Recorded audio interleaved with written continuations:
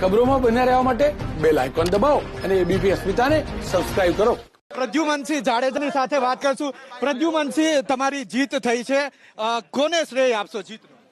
ભારતીય જનતા પાર્ટીના જે કાર્યકરો છે, જે મંત્રી, મુખ્યમંત્રી, આખી ભારતીય જનતા પાર્ટીના જે ટીમ આખીને.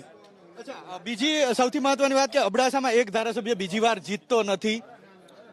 એ સાહેબ આપને કીધું ને કે જીત્યા પછી પ્રજાના વચ્ચે આવતા નથી, કોઈ ગામમાં ના આવે, ફોન ન ઉપાડે, કામ ન કરે.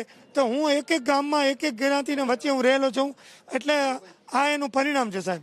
કોંગ્રેસ એવું કહેતી હતી કે ગદ્દાર વર્સિસ વફાદાર, ગદ્દાર તરીકે કર્યા, પૈસા લીધા, દારૂ પીધા, આવા અનેક આક્ષેપો. આપણે જે પીતો હોય એને બધું પૈસા લેતા હોય ને દારૂ પીતા હોય એને બધું આ સૂજે. મારે જો આવું હોય તો પ્રજા ન્યાય ન આપે. હવે પ્રાથમિકતા શું રહેશે, કયા કામોની પ્રાથમિકતા? મારો વિસ્તાર બહુ બોર્ડર વિસ્તાર છે.